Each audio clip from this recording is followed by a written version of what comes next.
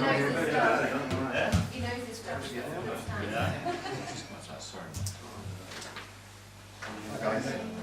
There you go. Yes, it usually does, I think.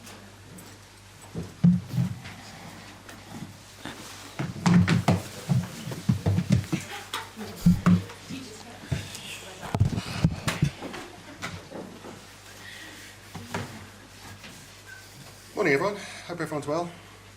It's a cold morning. Just we'll kick off the live section then go into 10:30 tonight. If everyone's ready at the back, we'll go with Dharmesh from Sky. Morning. Good morning. Normally when I ask you this first question, it's not great news, but I'm hoping it'll be better news this time. Can you give us any team news for tomorrow? Not a lot because we have another training session. We have to see how the boys are today. I feel they weren't able to train yesterday, but hopefully yes today. So we will have to wait and see. Gabriel? Wait and see. You're not going to give me any other clues on the... No, because I can't. No, because I don't want to. Okay. It's been some response since the international break. Yeah. The victory against Forest, the big win at Sporting. What does it say about the character of your players, and do you feel if it had gone away, you've got your Arsenal back? Well, I don't link character to winning. You know, this team showed an unbelievable character against Inter, and we lost. Showed unbelievable character against Chelsea, and we were the better team. We didn't manage to win. Same players, same intentions, being more efficient and winning matches. That's the difference. You got West Ham next. They suddenly look a different proposition after what happened on Monday. You know their manager pretty well. What kind of relationship do you have with him, and what do you make of him as a manager? No, I know him. We have friends. I have huge admiration for what he's done in the game. Obviously, he's from the same area as I am in the north of Spain, and yeah, obviously, is a team that now is in a high after the big win that they had against Newcastle away, and it's always a really tough opponent. So we know that. Liverpool setting a crazy pace at the top at the moment just now. Is it almost a feeling you need to be near perfect from now on? Well, if they continue that way, that's for sure. The numbers they're producing, the amount of games they are winning. But again, it's just the focus is on us, you know, and maintaining the consistency, especially in performances. That's going to give us the right to win a lot of games, keep the availability in the squad, keep everybody together. And this is a long run. If you can get that win tomorrow, you can sit back on Sunday. I've asked you a question about big games before. Will you be in front of the TV? Will you be watching this game? 100%. It's a big match, beautiful match to watch. Two of the best teams in Europe facing each other. Competition for us, so big one. Do you have a preference on who you want to win? Yeah, Arsenal tomorrow. That's the preference. Then we will see something that we cannot control. Just final one from me. Next 13 games, aside of any cup draws, only one is outside London, and it's the Brighton game away. Given the number of fixtures that you have during this period, could that be a positive for Arsenal and an advantage?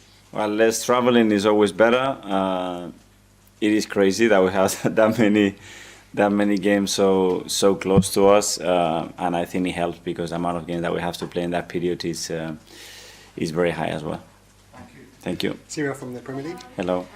With Zinchenko, Tierney and Calafiori all seemingly fit for now, will we see Miles Lewis Skelly have any midfield opportunities? Well, that's an option. Obviously, he can play in three different positions. He can play as a holder, he can play as a left attacking midfielder. So, yeah, gaps for him. There's a lot of fluidity in your attack. They pass in a lot more triangles on the right-hand side with Odegaard, Saka, Timber sometimes, compared to the left. We've seen Havertz and Martinelli get on the end of those crosses and passes. But would you also like to see in the future a little bit more overloading on the left? Or is your plan of attack always going to be overloading on the right? No, not always in relation to the opponent. It's in relation to the chemistry and the qualities of our players. And in relation to the opponent, we will do different things, yeah. And you just mentioned Hillen's coming back off a big result against Newcastle. Specifically what you've seen of West Ham so far this season, what do you think will cause you problems? What have you seen in their strengths and their style of play? Well, various ways to create big problems. They are really physical side, really good in direct play, attacking second balls when they have to dominate the game through the ball, or they have a space. Are really dangerous team, set pieces, and then individual quality that they have. The front players can create in any moment, any situation to cause you trouble, and they are really well coached. Thank you. Alex from the BBC. Hi, Mikel. Hi. But before the Nottingham Forest game, you said the players they wanted to win more than anyone. Now, after a really good week, 2 back-to-back wins, what's the feeling amongst the players now? Well, really good. Obviously, winning lifts the energy, the confidence up. There were 2 big wins as well for us, and now it's about consistency, getting that momentum that we are in, take it even further against a really good opponent tomorrow, and try to replicate the performance to win the game. Does it feel like momentum is building after those 2 performances? I think so, but again, this is every 3 days, so it doesn't matter what you did yesterday. It's about the next day, the next performance, how you're able to sustain high-level performances throughout the games as well, because how competitive every opponent is right now, and that's what we'll try to do tomorrow. Brad, TalkSport. Hi Mikel, Hi. hope you're well. I know you've been asked a lot about Martin Odegaard's performances since he came back into the side, but the level he's playing at, especially after that injury, is so impressive. Usually when we see players who have been out injured for a long time, it takes them a little bit of period to get back up to speed again, but what does it say about the level of his performances and his character, but the fact he's come back in and hit the ground running so quickly? Well, the way he prepared himself, how much work he put with all the physios, medical department, to get in the best possible condition to face the period and the importance of the season that we are in at the moment, and to hit the ground running. He was, I think, exceptional since the Chelsea game, and he's been very consistent the last 3 games. For you as a coach, having a player like that in your side must make your life a little bit more easier in some way. Yes, I think good players that are so consistent, so reliable, that can take the game to a different level, make the players better around him. That's a huge quality of Martin, and yeah, he's been missed. William Saliba made 100 appearances for Arsenal in the week. There might have been a time a couple of years ago when he was out on loan where some Arsenal fans might not have thought they would have seen him in an Arsenal shirt, but what have you made of his performances and reaching 100 appearances for the club? Well, at his age, the consistency, the quality of the performances is incredible. It's not easy. It's a really tricky position to play in this league. I think he has created a magnificent partnership as well, and big credit to Big Gavi as well for that, because I think he's really important for him to be able to play at the level that he's done, and yeah, a great player to have, obviously. And last one, Timber's performance in the week, really impressive. It must be good for you to have him back down fit, especially with Ben White injured for a long period of time. Yes, for sure, and at that level as well, and we know what he can produce. Again, a player with exceptional qualities, a lot of leadership. You see the courage, and with the intention and the purpose that he plays with, and that's very contagious. So he's a player that still has many other layers and levels to go, and very happy to have him. It's great. Best luck tomorrow. Thank you. Simon, Evening Standard. Mikel, can Hi. I ask you about Raheem, who was obviously going to come on Yeah. the other night, just how he sort of reacted to that? Nothing. A smile on his face. Fortunately for me, it's things that happens in football. Unfortunately, it happened to him, and he reacted the best possible way, which is understanding. He's been a long time in the game, and he knows that this is something that I cannot control. How do you feel that move's gone so far? Maybe we haven't seen him as much as I think some supporters thought they would. I would like to see him more, to be fair, and this is down to me.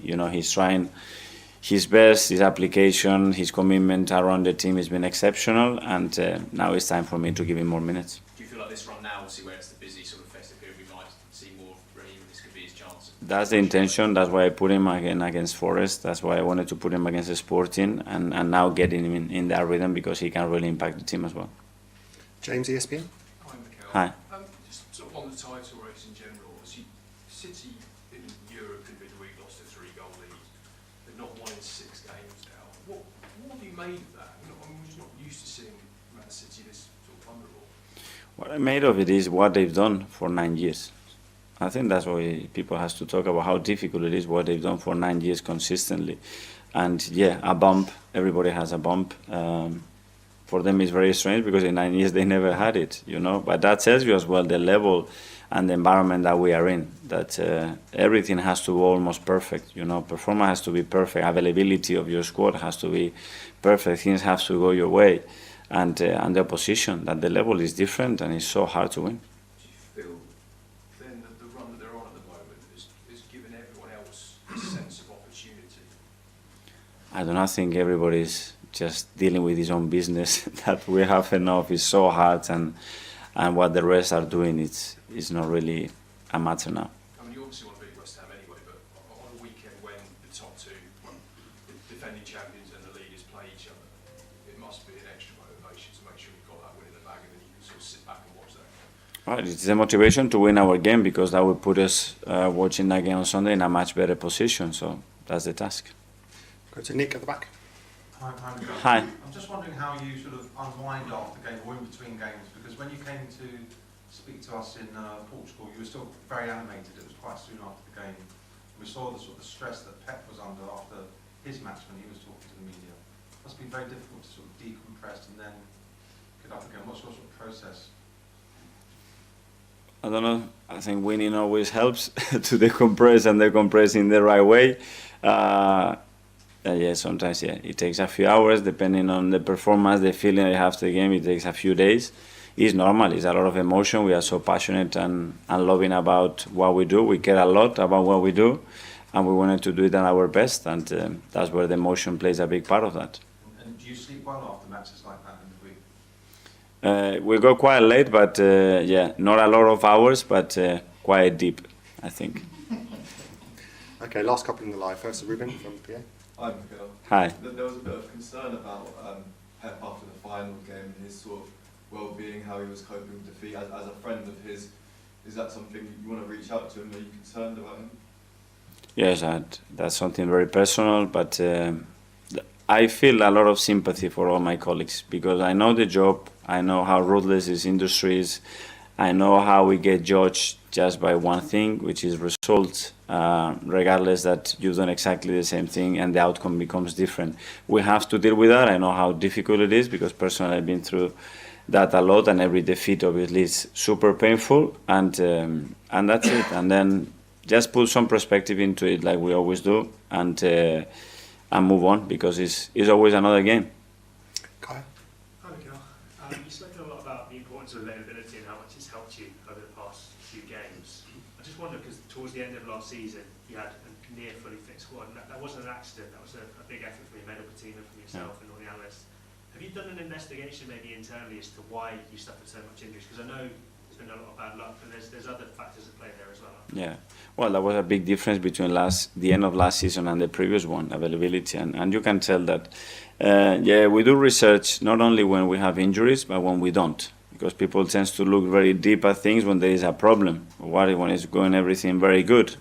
Dig in there, because maybe you are doing things that are actually impacting what is actually happened. We've done a lot. I think not changing much. It's true that certain players, obviously, they come from a position where they have played over 130 games in 2 seasons, but a lot of things, they've been impact, and they've been joints, which is not related to muscle injuries and things that you can tweak more, and it's more difficult to control, I think. Just separately on Thomas Partey, you said in midweek he's playing some of his best football, and he's out of contract at the end of the season. You said that you'd like to open talks with him potentially about extending that. Is that still your position? Would you like to talk to him? Yeah, we'll have the right time to discuss about this situation. He's showing consistency at the highest level, again, because his availability and the way that he feels physically is able, is allowing him to do that, and I'm very pleased with that. Okay, guys, that finishes the live section. We'll now go on to 10:30 tonight.